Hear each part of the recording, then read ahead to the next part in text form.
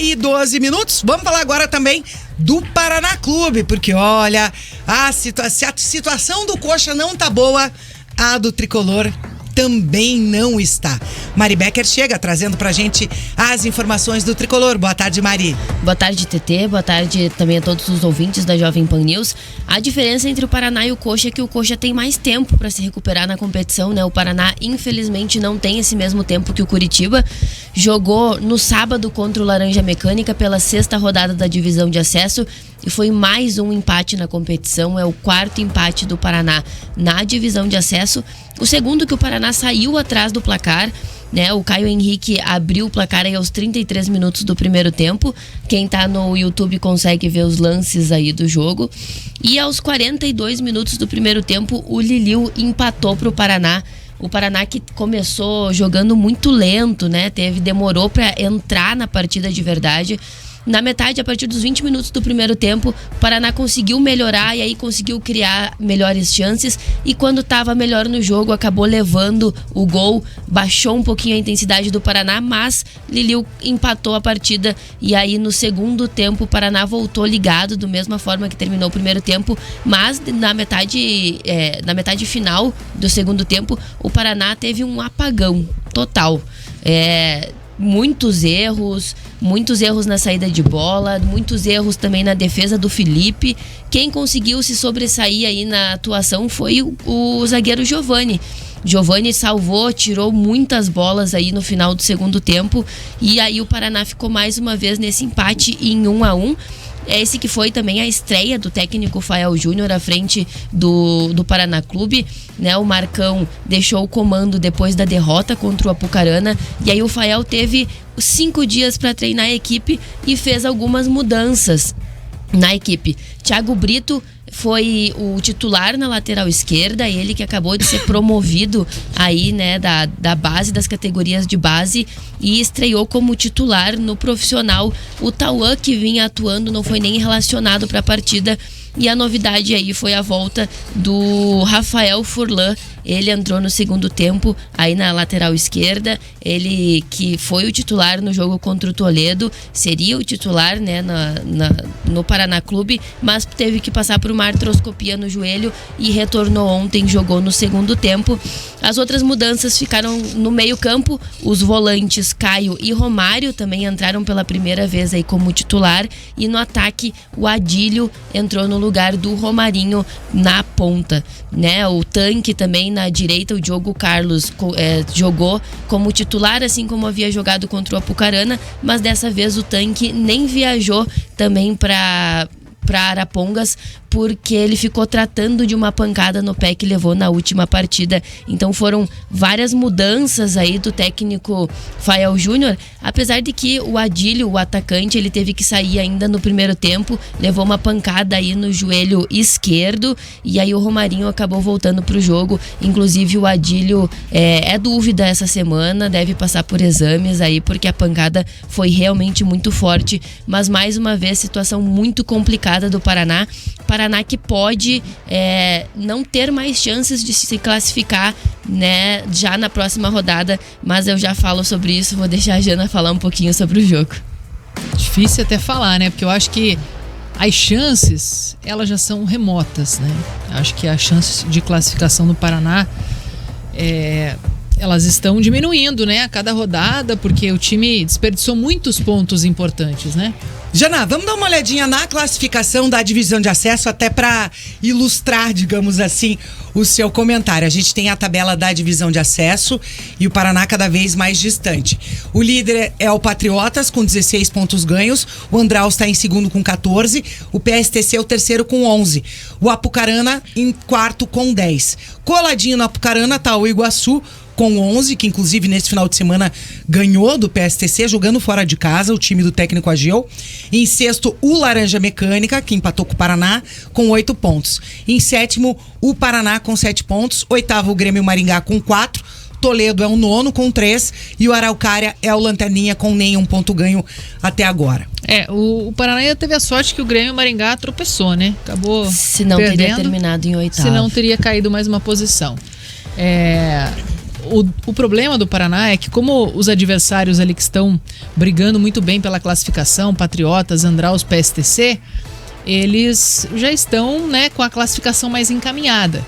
Então o Paraná tem a única chance é brigar pela 4ª vaga. Só que a 4ª vaga está sendo disputada por Apucarana, Iguaçu, que vai ser adversário inclusive do Paraná na próxima rodada, adversário direto, Laranja Mecânica, o Paraná, né? Então, e o próprio Maringá ali.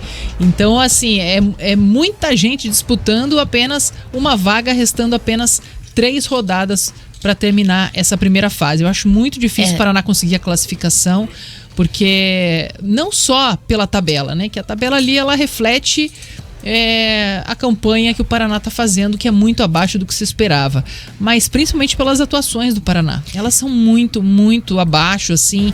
É uma qualidade que não coloca o Paraná com condições de competir com os times que estão lá em cima. E mesmo com as mudanças, né, Jana, o técnico Fael fez várias mudanças aí na equipe, e a gente viu no segundo tempo, na metade do segundo tempo em diante, o Paraná completamente perdido, novamente perdido, e simplesmente um apagão geral na equipe, né? Eles não conseguiram fazer mais nada. Acho que seria um apagão mesmo se o Felipe tivesse tomado o gol ali, porque assim, foram uns 3 lances em que o Laranja Mecânica... Não, o gol que o Felipe tomou era defensável, gente. Laranja Mecânica como chegou... boa parte dos gols que o Felipe no tomou. segundo tempo, ele pega no reflexo, mas ele solta a bola, né? Ele não consegue ter uma final, segurança para defender. Não sei se vocês chegaram a ver as imagens no final do segundo tempo.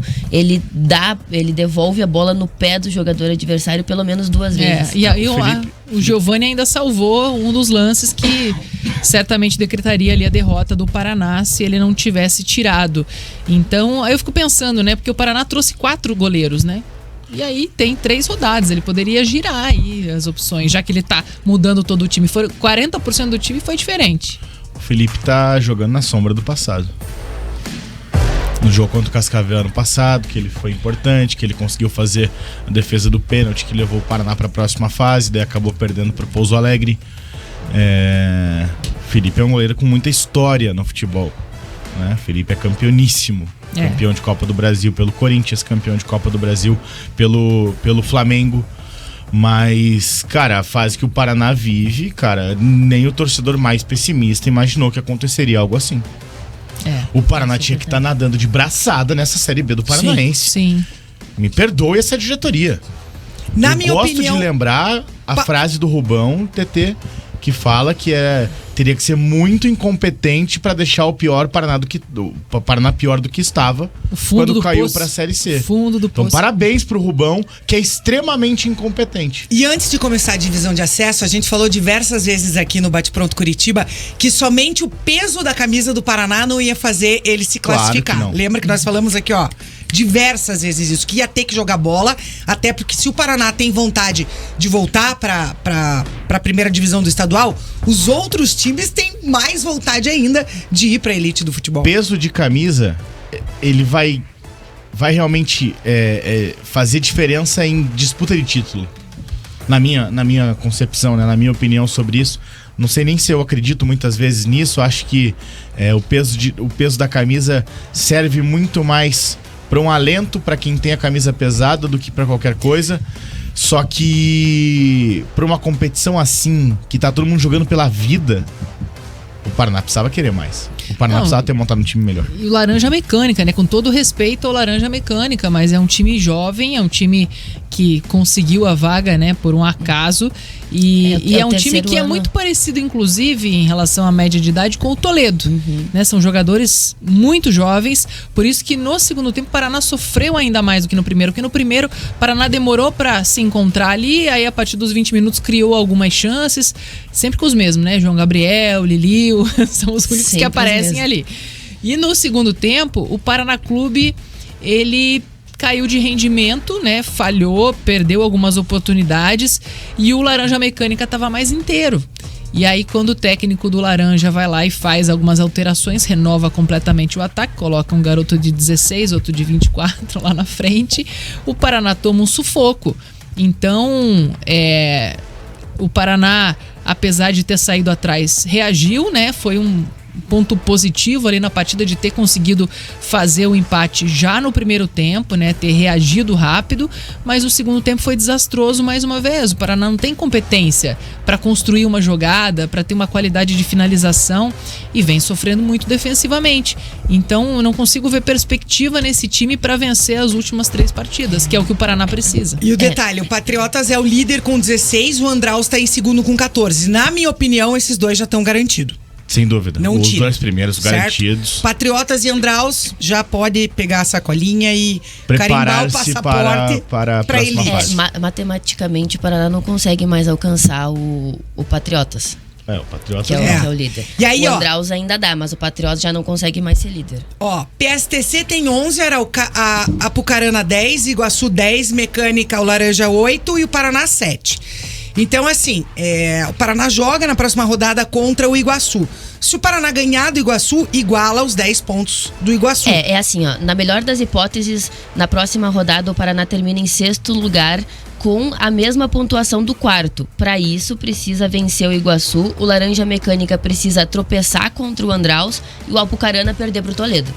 Tá? E aí, pro Paraná terminar, a melhor hipótese na próxima rodada é o Paraná terminar em 6º com a mesma pontuação do 4º. Até porque não passa o Iguaçu, porque o Iguaçu tem 3 vitórias, né? Isso, pelo número de vitórias. Aí, se o Paraná empatar, ele ainda tem chances matemáticas de classificação independente dos resultados dessa rodada. Não basta uma odd simples, Dal, que tem que ser uma Não, combinação. Não, Cara. o Paraná não se classifica por conta própria mais. O Paraná vai depender dos outros resultados, mesmo se vencer os próximos 3 jogos. Sim. E se o Paraná perder pro Iguaçu nessa próxima rodada, o Apucarana, que joga contra o Toledo, e o PSTC, que joga contra o Patriotas, não podem vencer, senão o Paraná não tem mais nenhuma chance de classificação.